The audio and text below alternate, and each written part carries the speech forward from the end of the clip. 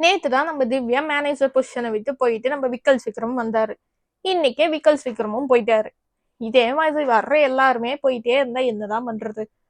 ஆனா சொல்றதுக்கு ஒண்ணும் இல்ல, அங்க இருக்க கண்டஸ்டன்ஸும் அப்பதான் நடந்துக்கிறாங்க. நம்ம விக்கல் விக்ரமாச்சும் அங்க இருந்த கண்டஸ்டன்ட் தான். உள்ளுக்குள்ள வந்த கெஸ்டே அழுதுட்டு இருக்காரு ஒரு பக்கம். கெஸ்ட கூட விடுங்க, நம்ம பிக் பாஸே டென்ஷன் ஆயிட்டாருன்னா பாத்துக்கங்க. பிக் பாஸ் பேச்சை யாருமே கேட்க மாட்டேங்கிறாங்கன்னு சொல்லி ஒரு கட்டத்துல பிக் பாஸே டென்ஷன் ஆயிட்டாரு.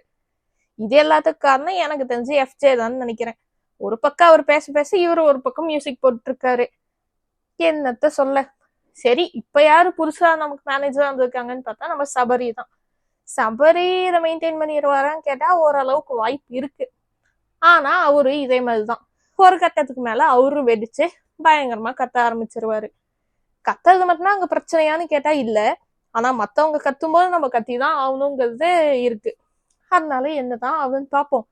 இப்போ லைவ்ல நான் பார்த்த வரைக்கும் சபரி வந்ததுக்கு அப்புறம் அந்த வீடு கொஞ்சம் ஓகேவா தான் போயிட்டு இருக்கு.